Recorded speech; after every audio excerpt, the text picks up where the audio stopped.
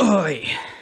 Hey, what's up? Hey there guys, and welcome into today's episode of Skate Talk, where today we're going to be talking about something I guess a little bit different, but not really. It's less upbeat, it's, more about some mental health side of things of skateboarding, which if you can tell by the title and the thumbnail, I don't know what the title is yet, but I know it's about skaters quitting, and why do they quit? So why do skaters quit? Let's get into that. The first reason, I think, personally, again, these are all like very personal opinions that I have from what I've seen and what I've experienced and what I've seen from other pro skaters and stuff like that. Because like I want to make that clear that these aren't all the reasons, skaters quit. There's a lot of reasons, and we've got to get through like at least 5 of them. But anyway, the first thing I want to say is skaters probably quit quite a lot because they're beginners. A lot of beginners quit for a very specific reason, and that is probably because they can't do a kickflip, or they can't do a hard flip, or an ollie, or a manual within the first month. They always think it's going to be easier than it actually is. Now, the thing is with that, right, is yes, I see the merit in, I see why, right? But the other thing is you can't let that get to you, because it's a very hard struggle that you can have, especially when you think it's going to be so easy. And trust me, skating's never easy. Skating's never going to be easy unless you have natural talent to it. The rest of us, we all have to, work hard or have the right people around us or anything like that. There's a lot of, I guess, misinformation that makes skateboarding seem easy, especially when you explain skateboarding in like the most simple terms. You're on a piece of wood, you push it with your foot, right? You're on a piece of, it's like a scooter but without the handlebars. It's a four-wheeled scooter without the handlebars, if you want to put it in that mindset, right? Which we don't, obviously, because there's a lot more nuances to it than a scooter, but again, topic for a different video.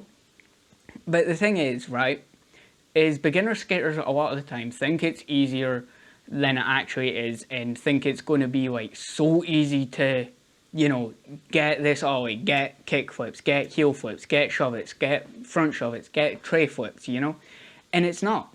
And then when they face that harsh reality, that's when they kind of go,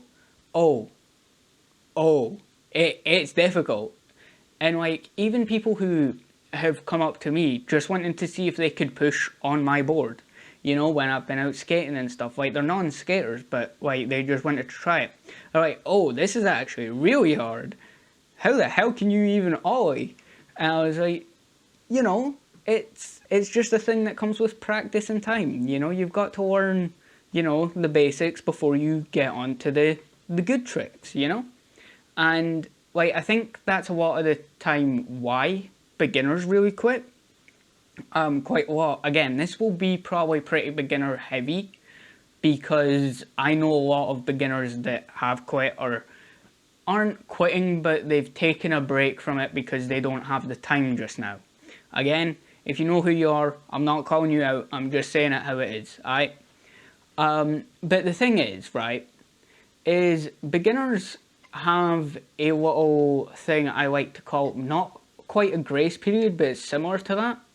And like, they can kind of come in and out of it, because they're not going to improve that much between, taking a big break from skating, then like, say if I was trying to kickflip, stopped for like 2 years and then came back, I'd probably still not be able to kickflip, but I'd maybe, my legs wouldn't have the muscle memory anymore or anything like that.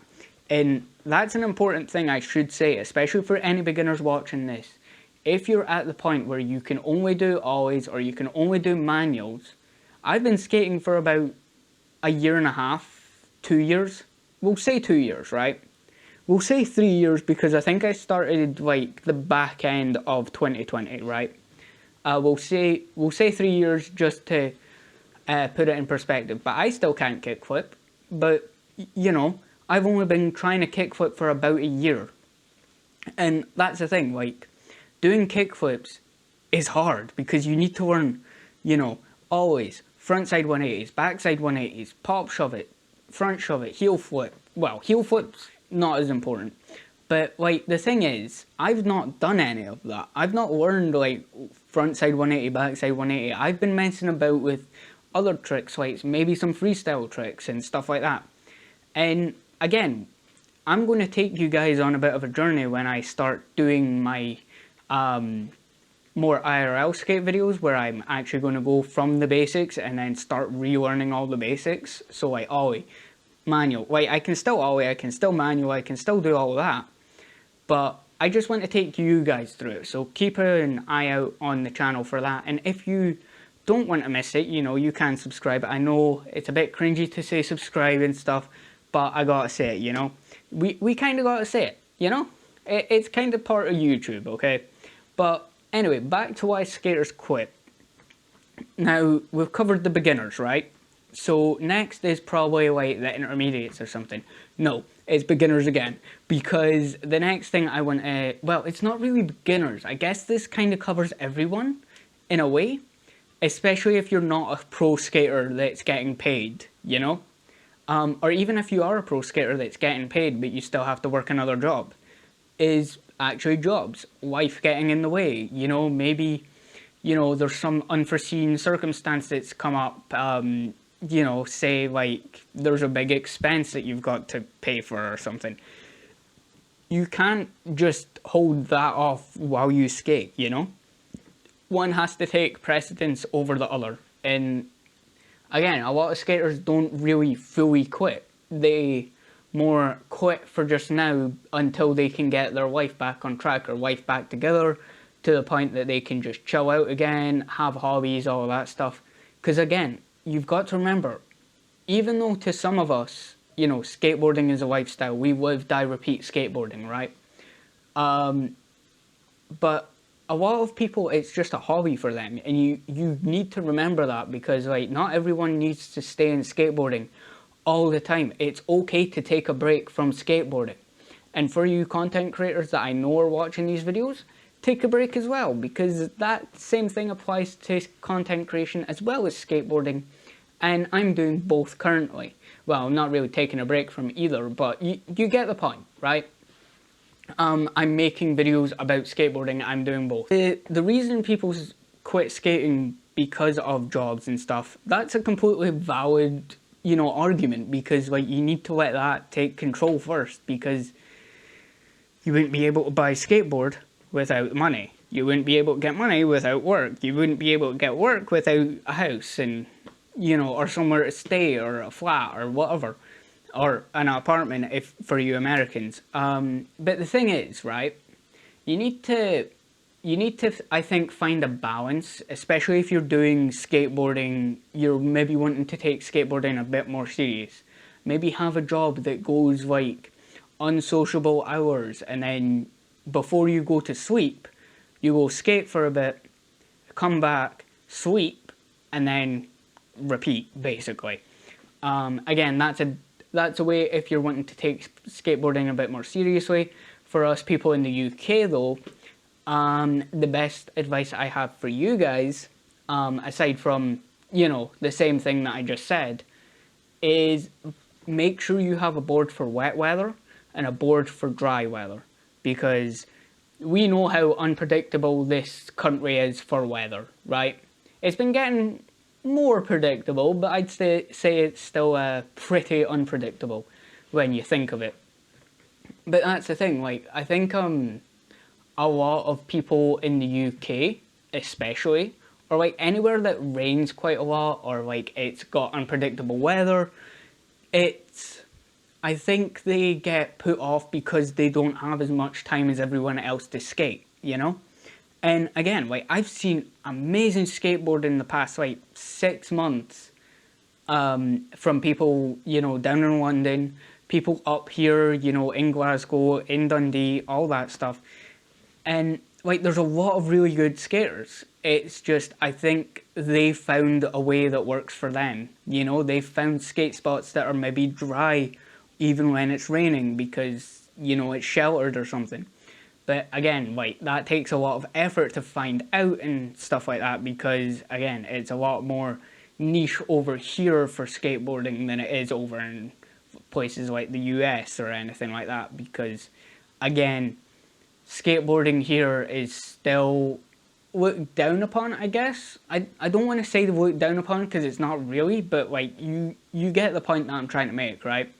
It's a lot harder to, I guess, you know, be out in open skating without someone harassing you every 5 seconds, right? I mean, that's pretty much the same for the US, it's pretty much the same for everywhere else, but again, I can only speak for the UK side of things, you know, and Scotland side of things more specifically. But the other reason I think a lot of skateboarders quit is probably because they plateau at like kickflips, or like one trick. One trick just takes them forever to learn, and they can't do any other trick beside trying that trick. And like, that's me with the kickflips right now, but I'm nowhere near quitting, because I know that it takes time and it takes practice and it takes a lot of effort. Again, I want to get that through to you guys, especially if you're beginners. You know, take your time with skateboarding, don't rush it. If you rush it, you make mistakes, and if you make mistakes, you can fall and you can break something, and that's why people think it is a dangerous sport.